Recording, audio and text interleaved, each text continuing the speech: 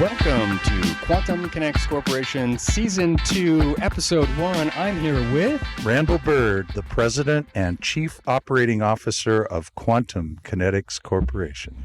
Welcome back to Season 2. Hey, how are you doing, Randal? Man, I'm doing great. It's great to be back. There's this energy that's going on right now. I like it's not just fusion. There's a little bit of this interpersonal and the team stuff that's been happening. And hey, I just want to show off maybe a little bit that Season 2 needed a little bit more, bring it on kind of a thing. Yeah, you look good with that Quantum Kinetics logo on your chest. As do you, good sir. As do you. Thank you. So just before we get going here, I want to celebrate with you, Randal, an accomplishment that Quantum Kinetics has hit 242,000 subscribers on our YouTube channel, and we are on our way to 250,000. So thank you, everyone. Oh, that is good. These, by the way, these are Strawberitas, handmade, custom made by the CEO. Well, I'm just glad that someone drinks my drinks. Well, you pour, I'll drink them. So. Absolutely. Yeah. All right. So, Randal, go ahead and start us off today for our topics of discussion. So we've got a couple of other things to cover, too. And I'm mentioning that before we get into all the Season 2 stuff, I want to just kind of do a quick recap of Season 1 and some of the highlights and the thank yous, like to Brighton for joining the team and then coming on, for Jason for doing 2 great episodes, bringing us magic numbered notes and just the whole thing that we started, and everyone came on board with us. Thank you, as our audience have grown to almost 250,000 people in just seven months? 7 months and a handful of episodes.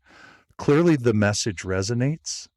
Clearly the technology has the footing, and now we're going into this second season with a fresh idea on some of the things that we wanted to dig a little deeper, be a little bit more open about, enjoy a little cocktail along the way.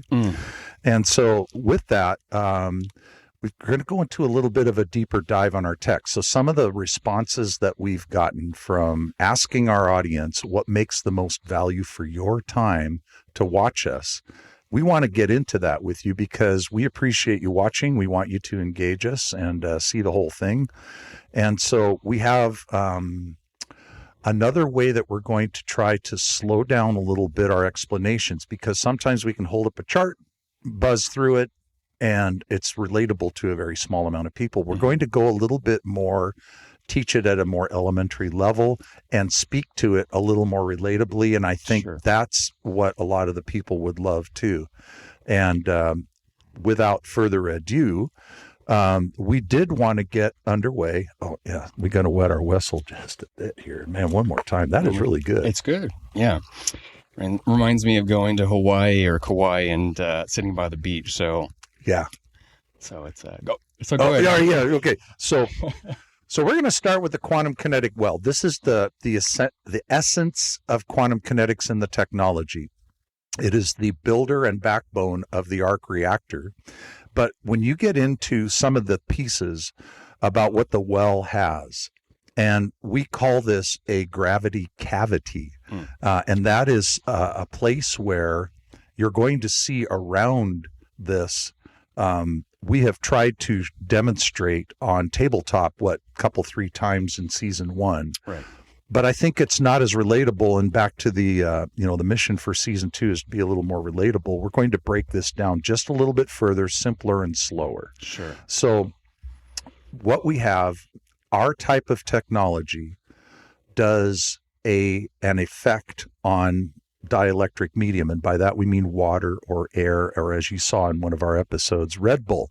And one of the pieces of that is the type of application of power we're using that does particle oscillations as an energy generator. And we are separating protons and moving them over to a side. And what's causing a reaction is nature doesn't like that. It wants to do something about it. So it pulls it back in the gravity cavity effect that's pulling it back in. And when that happens, out goes an X-ray. Mm-hmm. And so what we're finding is we have, and we're going to B-roll this part, but we're going to see you do the 2 ball bearings. Oh, yeah. So to go to the quantum kinetic well phenomenon, and what Randal was saying there is totally right. And there's another mechanism that it takes place in here, and it's called superposition. And people are like, oh my gosh, what is superposition? I don't know what that means. What it means essentially, ladies and gentlemen, is that when this new type of electricity is on with the arc reactor, and matter of fact, we can do it with any type of reactor. We can do it with a tokamak. We can do it with a stellarator. We can do it with a inertial confinement. We can do it with a Z-pinch. We can do it with every single type of nuclear fusion apparatus. And we are a service provider here at Quantum Kinetics to help you get your reactors running. And all you have to do is give us a call, and we will be a service provider for you. But to go to the quantum kinetic well phenomenon, in order for this to happen, you have to have fundamental forces working in your favor. Now, you're going, oh my gosh, what's a fundamental force, McKane? And what a fundamental force is, there's really only 2 of them. Some would say there's 4, but really there's only 2. There's the magnetic field, which comes from coils being energized, and these magnetic fields grow and close, and they can switch directions like a magnet dipole. And then there's this thing called electrostatic charges, which are these rings. These are conductive rings that have an E field that propagates in all directions, kind of like a little gravity amplifier, gravity cavity. So electromagnetic electrostatic charge. I can touch something and get a zap, especially in dry weather, off of something, right?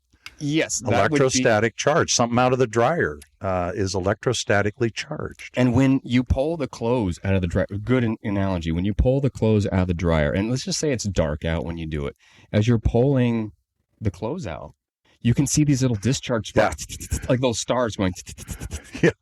And you're like, whoa, am I seeing fireflies or something? That is just an electrostatic discharge of a voltage gradient, basically the charge of the static of the clothes, and then you touch it and you get zapped. And so the voltage gradient, it's lost. And so in our reactor, we found it's lost because of a transference? Correct, because the electrons, because there's a voltage. So when the voltage goes up, it wants to discharge. Mm-hmm. And what we've done is we found a way that you can literally touch it. It wants to discharge, but then the superposition state of the actual arc reactor goes, I'm confused. I don't know how to discharge. Like, I know my native path, but I don't know quite how to get through your circuit design here. And so it gets lost inside the transformer, which this is a transformer. We tricked it. And you trick the electron using its own. It's kind of like if you had like 2 people running down like 100-meter raceway, right? And they're running as fast as they can, and someone trips. Well, they lost, but they're going to get up and then finish, right? They should. And that's what it is we just trip the electrons over and over and over again. And they're like, I can't finish this race. And you're like, yeah. And then when they can't finish the race, the void between the racer and the finish line, there's a void between the two. Okay. And then that's the nuclear fusion void where Mother Nature goes, hey, you tricked me, you dirty dog. Now I'm going to backfill this thing. And that's exactly what it does. It backfills it in with the ethereal condensation. It's kind of like water mist forming on these cups, right? Like there is a water misting action occurring here because... Well, I'm going to do a little research on that. Hold on. Okay. Hang on. But the thing is, this glass cup, it's got a high voltage gradient too, but it's a temperature gradient, right? The cup is super cold, but the ambient air is like warm. Mm-hmm. Well, it's sort of warm. And so you get this condensate building up on the cup and the rim of the glass. And that's the same thing as Mother Nature's when you have these gradients and you can hold them. Mother Nature just condenses. She steps in to correct the only way that she knows how. Therefore, we have a measure of control over that and the reaction of anticipation from Mother Nature. That's holding something pretty special then, isn't it? And I'm going to tell you, Mother Nature is, she's like always wants to give you something. You just have to know how to like pet her head and be like, hey, I'm really want you to help me out here, like help, right? You don't go to Mother Nature and say, give me it now. That's the wrong attitude. And she will say, no, you don't have the right attitude. Show me that you care. Show me that you understand my fundamental mechanism, and then I will give it to you. So applying our fundamental technique has produced something that's relatable to that. In a more pragmatic sense, we've created the void. She fills it back. Now we get to the discharge of the X-ray. Yes, and when there's this void, when the racer is trying to finish, the racer gets angry. The racer is the electron, okay? It falls down and it hits the ground and makes a sound like thud, right? And you get a little bloody, knee, and you're like, I'm so mad. And when the electron gets angry and it's like pissed off, it just goes and shoots off an electron. Matter of fact, is that a hissy fit then? Yeah, it's a hissy fit, but it's also interesting because the electron can actually push photon radiation into the universe, which actually more photon energy because of E equals mc squared, which, by the way, that's not quite right. It's E equals plus or minus mass times the square of light, which is matter, and antimatter, which is the electron. Okay, we're relatable. Keep it relatable. A lot of people are like, you're losing me. I want to TM that because that's really important for the mechanism of being angry on the track, right? So when you fall, you cry because it's like, I'm hurting, but then you get back up. And then it tries to get its momentum back, and then you trip it again, then boom, it gets angry again. It's just fundamental laws of physics that we have tapped to create the well, the quantum kinetic well, using particle oscillations as an energy generator to make the runner trip over and over and over and over, and then X-rays and X-rays and X-rays. And people are like, well, how are you getting X-rays of like 150 million degrees at room temperature?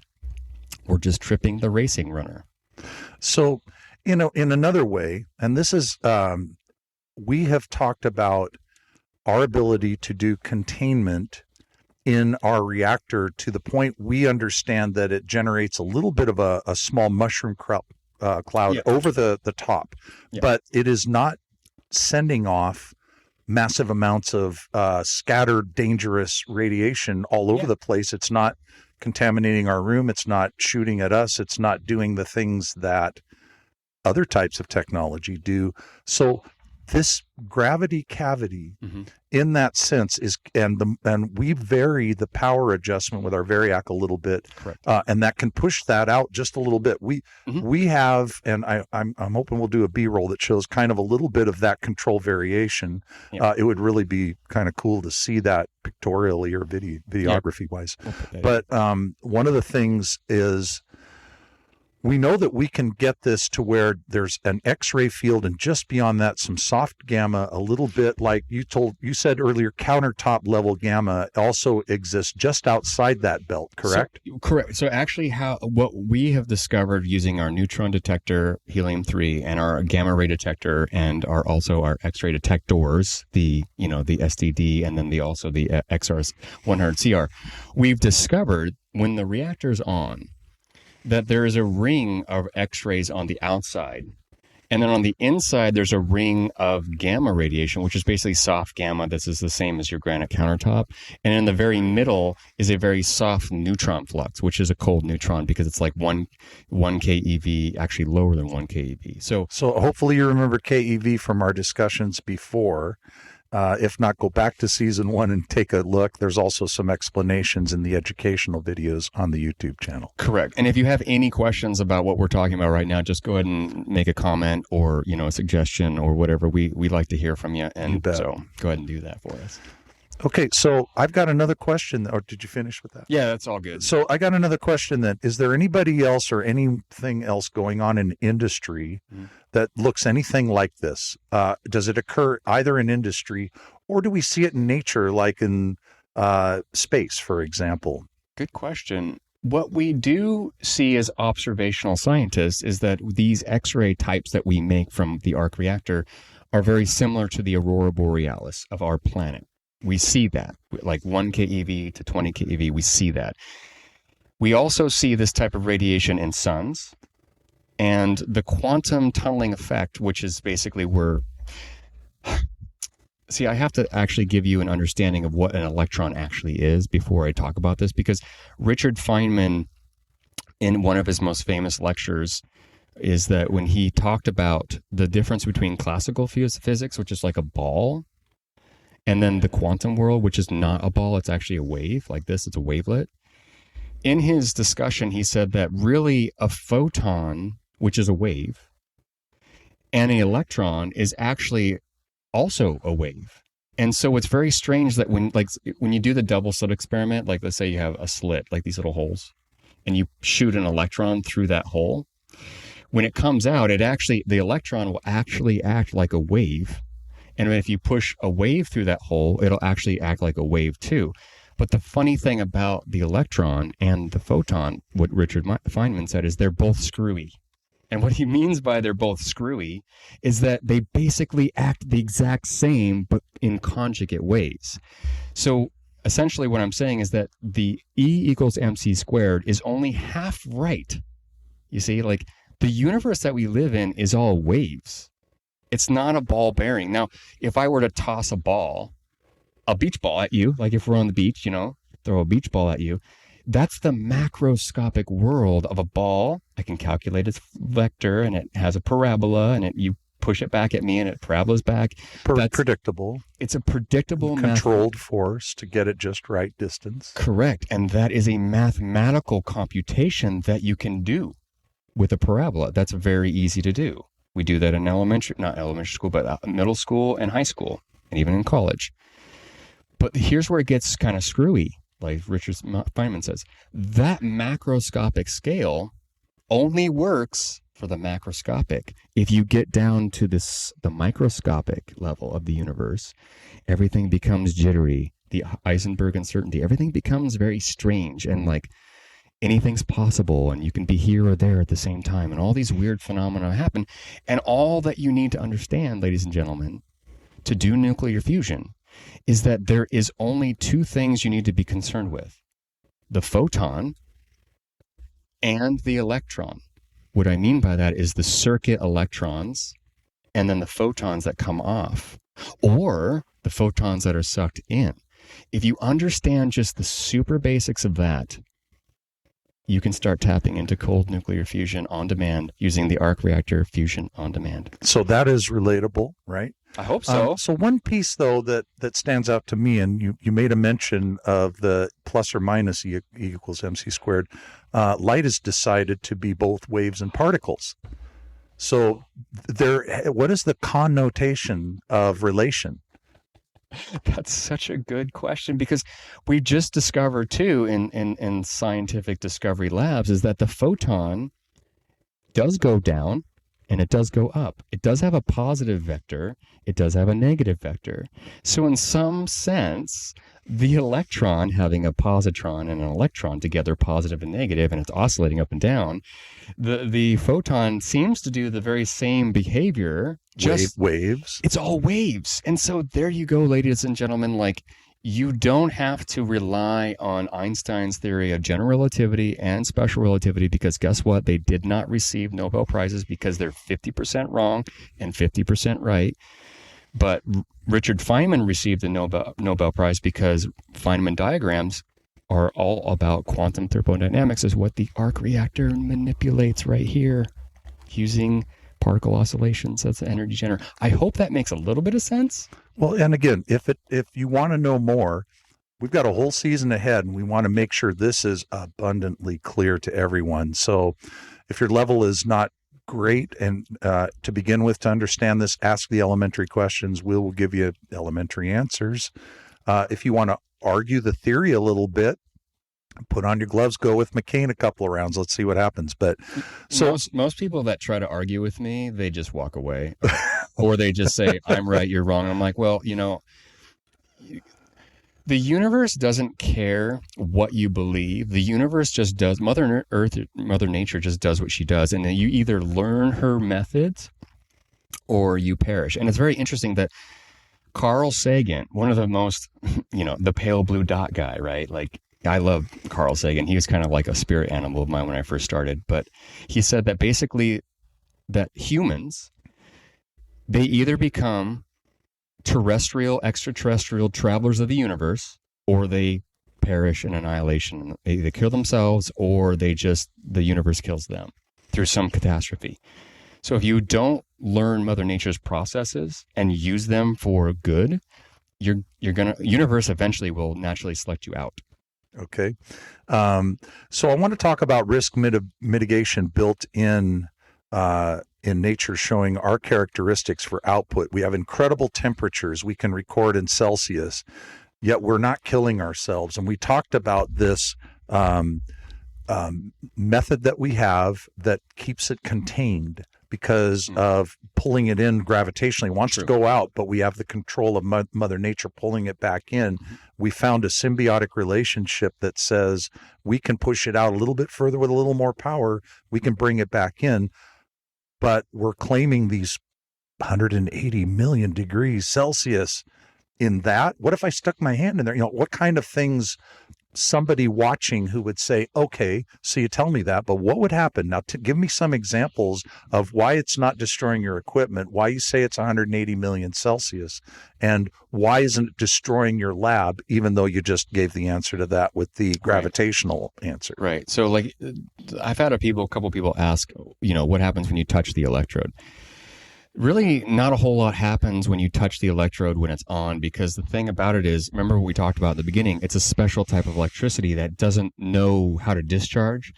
If you do touch it, basically you just grounded out the whole circuit, and then the electrons just flow right through you. And so nothing really happens if you touch it because it's such a low power. Like, we're talking like 10 volts or 6 volts or 3 volts. So if you touch it, it's like basically touching anything in the whole world, right? But if you were to use a different, like higher voltages, you may not want to touch it. We remember, everything here at Quantum Kinetics, we do safe nuclear energy systems. So again, to answer your question, nothing really happens when you touch it because basically you just ground out the special circuit and that's it. Okay, so thanks for that. Yeah. We're not creating a dangerous thing, but we do have 180 million degrees Celsius in a field that is still at room temperature, so hard to wrap your head around. Randall, the temperature actually happens just on the boundary layer of the electrode. The high temperature actually is right on the edge of the electrode, and then it emanates out. So basically, the electrode begins to kind of glow, that X-ray, and so we don't destroy the electrode in our situation as the other companies do. But like this, you have to understand too, and I'm going to go a little bit deeper. Sorry. No, this is what we wanted. Go a little deeper. Just keep it relatable. I'm going to do my darndest here. So this piece of metal, which is an aluminum 6061, okay, and this is just something I machine just for fun, but for a demo, this piece of aluminum actually, though it is solid, and it makes a sound, and I can rest things on it. Here's the magical thing that most people don't understand, is that this ring, and when I put it on the other ring like that, they actually aren't even touching each other. It appears that they're resting on each other like physically, but they're not. There's actually a very tiny space between the two of them that is basically at the electron scale, because remember, both these objects on the outside is just electrons, which are negatively charged things. And if I have two negatively charged things, they repel each other, and it basically just floats. So if I were to take three holes, 3 screws, and put nuts on the other side and clamp it down, is there still a space, or is that now contact? No, you could squish this thing down as hard as you wanted with 1,000 psi or whatever. Like, you could keep pressing it. And you know what's funny about when you keep pressing it, it'll start to get warm. Why? Because there's a friction. Only happens if there's friction. Because the electrons are getting agitated. Yeah. And they're like, hey, dude, it's kind of like the Coulomb barrier. You're getting them closer and closer, but they don't want to be pushed together. And so they get kind of warm. They're like, hey, I don't want to be next to you. So it's in essence what keeps them two pieces, because if you pushed it hard enough and they were actually no longer separated by that, it would just become one piece, correct? Well, actually, that's called friction welding. They do that in lathes sometimes. They have a lathe spinning this way and they have a lathe spinning this way, like a round stock. And if you take this and you press it into it, it'll start making friction and it'll start shooting sparks. But if you push it in hard as it's spinning and then let go, it basically friction fuses the material together because the electrons were super agitated, and then they actually start wiggling into each other through the Coulomb barrier. Now that takes a lot of energy to do and a lot of force and all this stuff that is conventional pressure. But with our electronics, we can make those things happen at room temperature and fuse atoms. Right. And so now, with having talked about some hardware and some of the technology, let's do a few examples of applying our technology into what we would call our patented devices, and saying what the arc reactor does, for example, what we can do with that. And we have patented, trademarked and patented repulsors now. Well, we haven't been issued the trademark for the repulsors yet. We filed for it, yes. We do have the trademark on the Quantum Kinetic Well, and we have the patent on the arc reactor as a cold nuclear fusion device. So talk about repulsors. We had mentioned this in season 1 kind of lightly. We didn't really want to get into the that's your 3D cast, isn't it? Did you make that on? Yeah, so this is basically the 3D cast that we're going to start with, and we're going to be putting in the repulsor technology into the actual device as a prototype. So for the repulsors. Okay, so repulsors, tell me more, because repulsor indicates, we go back to some of the movies, some of the things that we had seen depicted as repulsor activity, and now we're starting to show, this guy's been on board for season 1. He's going to be here for as long as he's able to show up under contract, I guess. But tell us more about repulsors, because there's a little bit of probably, because I'm going to ask the next question after this, but let's go into a little breakdown on the repulsors. So the repulsor technology is basically based solely off the arc reactor technology. And the repulsor technology, just like any technology that is a platform technology, it can be built up to higher potentials, energies, and whatnot. So it's like if I had if I had a microwave, I was like made the first microwave and it only put out like this much energy. It's like, bro, that's weak sauce, bro. Like, yeah, but like as time goes by, we have microwaves in our home that are like 1,100 watts now, or even more. Yeah, and even commercial ones, they're like way up at like 2,500 watts for like superheating and stuff. Like, dude, what the heck? But so essentially, it's a very awesome technology that is allowing us to do things that is absolutely fantastic. And we do use the X-rays. And that's very important for the process, because I don't want to get too far into it, but the X-ray fusion technology of the arc reactor is based on those X-rays. Ah, okay. And so good. So that being said, and it establishes that there's an energy generation in the repulsors, correct? Yes. If you were to master the ability to control it in such a way, you could have a unibeam. Well, I was thinking more that the audience would probably be interested to hear, is somebody going to make an Iron Man suit?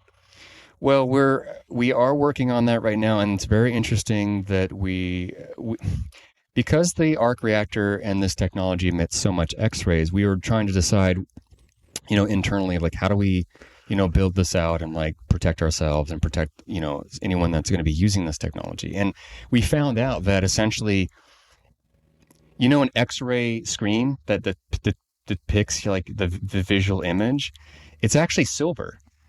So silver, like the atomic structure, actually does a really great job of attenuating, which is basically just absorbing and holding on to X-rays. If you have a silver, let's just say I take this and we put a copper coating over it, right? Copper doesn't do a great job of absorbing X-rays, because it'll scatter more electrons and it's not very good. But if you put a silver coating over this, it will actually absorb most of the X-rays. And it's very funny because in the actual movie, the first Mark III or Mark II is a silver chrome looking outfit, which is so funny that science fiction is so darn close to the real thing, like Back to the Future, Star Wars, Star Trek, all this stuff. You know what? It's half right and half wrong. Well, it was hypotheticals when they started. All they did was extrapolate that into a script, correct?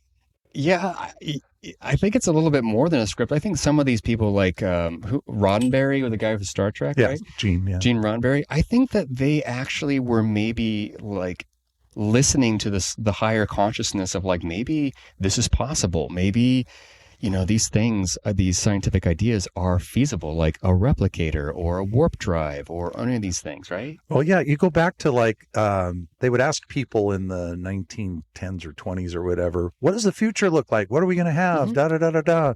And they came up with some really interesting things. And some people actually came up with the idea of portable mobile communication. They came up with satellites. They came up with, on and on it goes about some of the things that the phaser, so the tricorder, bringing into just Roddenberry's studio. Sure, I mean, we're taking a whole bunch, and that's a great aggregation of it right there, building off of even Lost in Space. Some of these other, they kind of took concepts that we saw in physics, in science, that created science fiction, helped contribute.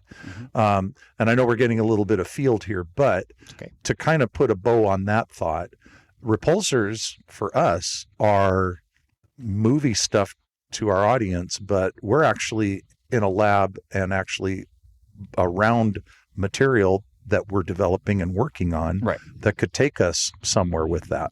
We have actually a few things. It's not just the repulsor. It's not just the arc reactor. It's not just the Iron Man suit. Like, we have many, many, many things that we're working on in our lab, plural. And we're very excited to eventually talk more about those. Yeah.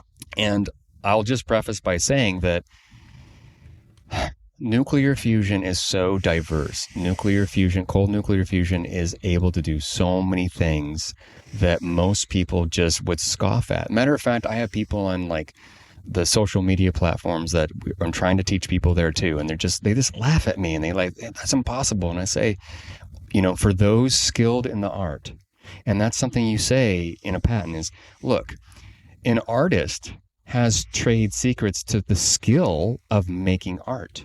Like, how did you make this? Well, it was an artist piece, right? There was a design concept. Exactly. And so you just have to understand that just because traditional academia hasn't really taught anyone that doesn't mean it doesn't exist.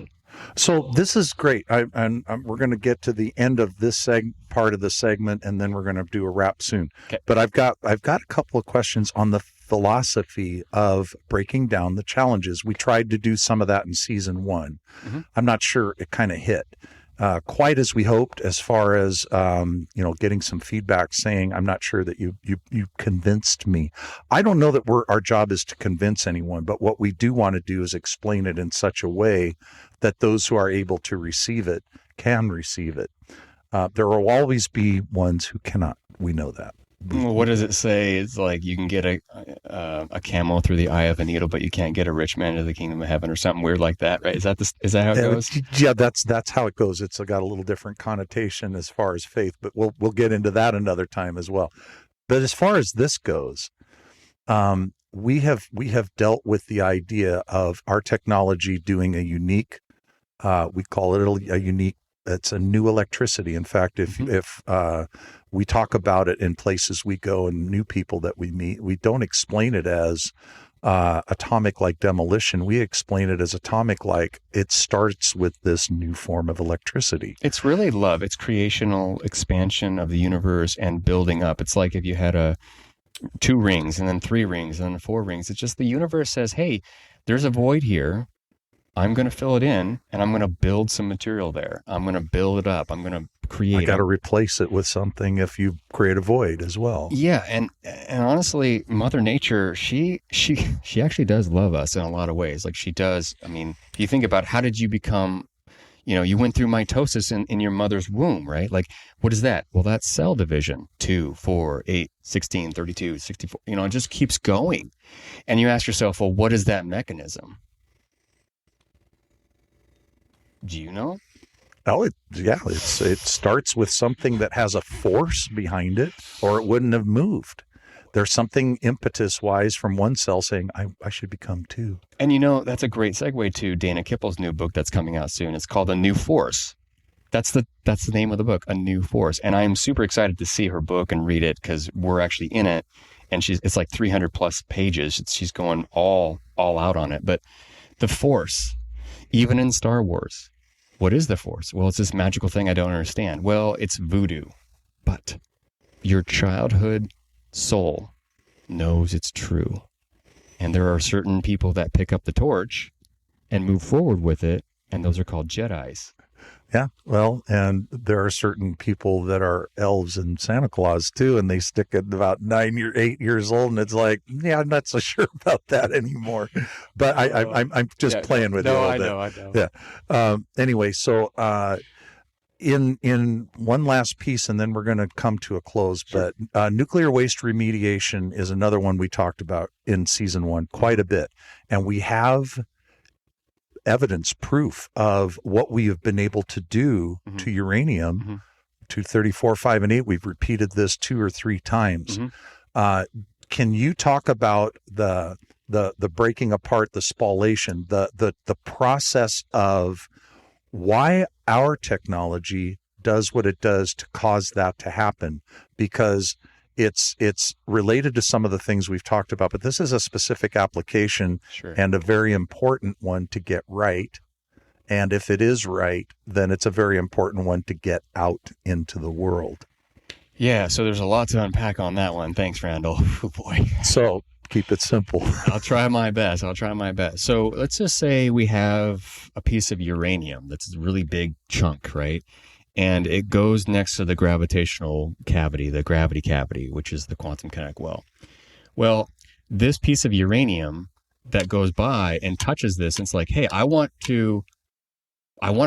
my fundamental charges, my E field and my magnetic field and my nuclear forces, it's being affected. And then this starts wobbling. So it comes in, the heavy element comes in, and then it starts wobbling like crazy. And when it's wobbling, all the inner wave molecular structures of this uranium go, my strong nuclear force and my weak nuclear force are being affected, and I don't know if I can hold on. And then it just splits into 2. And then that transmutates, changes into like thorium, tungsten, lead, and down the chain. And that's back to the easy bake oven concept of the amount of variac determines the output. And we talk about being able to do mineral manufacture, things like that. Lo and behold, go ahead. You've a light just went. I saw it going on over your head. Well, you said mineral manufacturing, and you have to understand that that's what nuclear fusion is in a nutshell, because it's basically a gravity cavity. How does a planet grow? Oh, you saw recently another company was noted in press releases as our byproduct is gold, and it was right. Yeah. Do you want to talk about that little experience we had while we were doing the radioactive waste remediation, which is a very interesting story? So in the lab, at the national lab, we were setting up for a test, and we needed to produce some kind of protective structure around it because not everybody completely understood. This is why we were investigating scientifically what we had and trying to do this proving out. There was an accidental discharge from a power cord onto the lead wall that was being built as the containment in case there was some radiation leakage. And all of a sudden, this turned into, and we got very close, and I took a picture of it. Well, you said, what just happened? There was a huge spark. Yeah. I said, yeah. Oh, crap. Yeah. And you were like, oh, what's going on? Well, we looked at it, and it was like, is that gold? I mean, we both looked at it and said kind of the same thing. It was like, we're not sure what just happened there. That is not lead, I can tell you that. Yeah, what happened was I was in the fume hood, and there was this lead contraption around the reactor, which is the quantum kinetic fuser back here. And as I was hooking the leads up, I kind of got a little bit of a tunnel vision because I was like, I got to get this done. And then I accidentally lost control of one of the leads as I was hooking it up, and it came across and hit the lead brick. Yeah. And Randall was, like 3 strides behind me or something. Moved 2. Yeah, I was a couple strides, but I was right there and I saw the pop. And there was this huge spark, and everyone was like, oh my gosh, what just happened? And by the way, the reactor, it was on idle, but the Variacs were at 0. Like all the Variacs juice was at 0, but there was this huge spark. Which everybody kind of wondered what just happened, not just because of that, but because of how it happened. Yeah, and then the power supply popped, and this is also in our new book too. You can go check it out. It's called the Quantum Kinetic Well, the Journey Beyond the Quantum Horizon. Yeah. So in this situation, it popped, but it blew the something in the power supply exploded. Yeah. And we had no idea. I had to stop the experiment, and we had to tear everything apart. And I opened up the box, and I was going through every single fuse, every single wire, and everyone is silent. Like, did we just spend all this money and now we're not going to be able to finish? That was, but I got to say, and I'm going to stop and give you some props here and the team that we worked with. Everybody maintained an absolute professional stance, went through, evaluated step by step down to the cause. And it actually turned out it was just a simple, the 3-prong connector type 110 plug-in that you get to like a computer monitor. And they had another one of those right handy. So the experiment went on. Well, as we were doing this, I was going through and checking the fuses. So I was like, okay, is it the Variac fuse, which was like 5 volt fuse, right? It was actually a push relay fuse. That one didn't pop. I was like, okay, it's not that. And I went to the actual Variac and checked all the wires. Nothing exploded. There was no char marks or anything. So it's not the Variac. Then I went over to the actual plug input, which is like a 10 amp fuse. Pulled that out, looked at it, totally clean, and then plugged it back in. I was like, wait a minute, it won't turn on. And so what we found out, I got a continuity checker and checked the actual line and it didn't. It lost continuity to the line. One of the leads blew inside the wire. Right. And I was like, does anyone have a monitor? A 3-prong, we can use that. And let me just ask the audience, how does a discharge on lead not affect the Variac, not affect the front fuse, not affect the back fuse, but it affects the back end of the connections to the mains? Yeah, that was baffling, befuddling, and bemusing all at once. It's a gravity cavity. Yeah. It's pressure. Yeah. So, and be sure on, I'd like put a slide in there that shows the picture from that. Overlay of this. You were so excited. You were like, McKane, look at that right there. And I was like, what are you talking about? Because I'm trying to put this thing back together. And he's like, McKane, you need to look at that. And I'm like, okay, what is that? And he's like, does that look like gold to you? Yeah. And I was like, it was amazing. That's what I thought. Wait a minute. Lead and gold are super close together in terms of proton relationship. Like, did we just knock off 3 protons? I don't know, but it was a divot. With 0 volts? It wasn't just a surface, like a little tiny scratchy, scarry thing. This actually kind of went into it. So it was a cavitation. Yeah. Into the lead, which is what we've been talking about in season 1. We were talking about how this thing cavitates matter. Yeah. And so back to that greater point, when we talk about outputs of control with our ability to say we want this many volts, et cetera, and we want to include, or watts, pardon me, include the whole kind of different things. One day we may have a 1-to-1 correlation between this equals that, is this equals that for that power. We go all the way through, we can cook up a whole bunch of stuff. You know what's really interesting that just came to my mind is that when we did a government study with the Department of Energy way back in 2020 and 2021 and 2019, when we did our experiment that is now published in Nature Magazine, Clean Water, we did a source sample, we did a chamber blank, which means chamber blank means you just pour the water in, then take it out, you don't even turn it on. And then we did a treated where we actually turn the voltage up. We found in our study that when you put the water into the reactor with no voltage at all, something changes. Like there's elements formed, there's a pH change, there's the water changes just by throwing it in the reactor. Yeah. Isn't that interesting? And that correlates to the cord incident as well. We see a little bit more of something going on than we understand. Absolutely. So that is the point. This is why we're working towards the nuclear remediation as a business model as well. So we know that we can do this.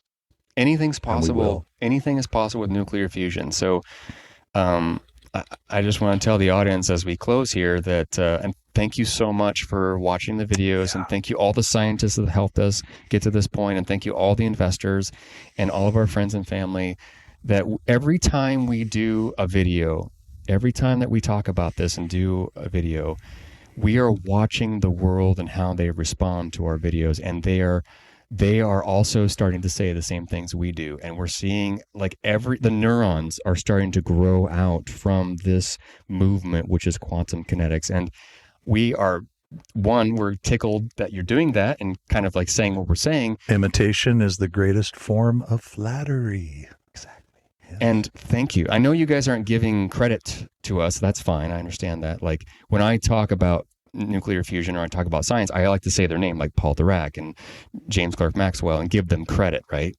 Where credit's due. But I understand that where you guys are coming from. But thank you for coming along for the journey, every one of you. Everyone.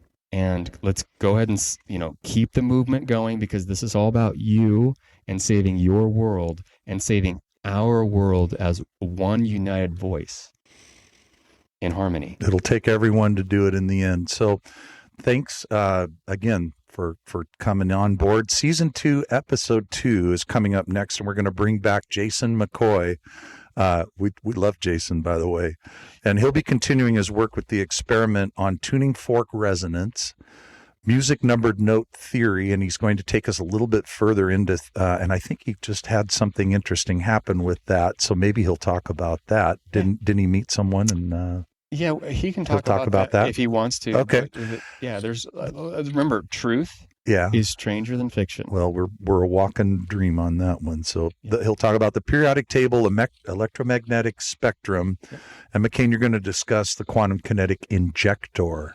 Yes, there's a patent that we received on July 4th, 2023, I think it was. 223. And it's the quantum kinetic injector, and we'll be talking about that. It's basically a really fancy Z-pinch effect, and it's be used for many different applications, so we're looking forward to talking about that. A little bit of spark plugs, patent, and device kind of things. Basically instantaneous repulsor punch, basically. Right. It's the same thing that you guys, I'm going to digress, but it's a pistol shrimp. Right. So we're going to see it similar to what a hydrogen explosion does, similar to a gasoline. Gasoline. It's basically repulsor technology. Right, but just cleaner and hydrogen, and the world's a better place for it. So remember, everybody, thank you for coming on board with us. Remember to like, share, subscribe, tell everybody about this. We're continuing to grow. It is taking off, man. We are excited to hit the 250,000 mark here in the next few days, and you're a part of that. So keep telling people, keep watching. Remember, we're on the cusp of something fantastic here. And that first domino, McKane, goes over, and we're going a long way with this technology, brother. And hey, totally, man. Hey, cheers to you. Thanks for coming along. And the more people that get involved with this, the more successful we're going to be. And it's all because of you guys that here we are now. So thank you so very much. And we'll see you guys on the next one. Yep. Just remember, there's a high bar with these Strawberitas. I hope everybody who comes on after this episode gets treated very well. I can't wait to finish that. All right. Take care, everybody. Have a good one. Take care. All right. Bye-bye.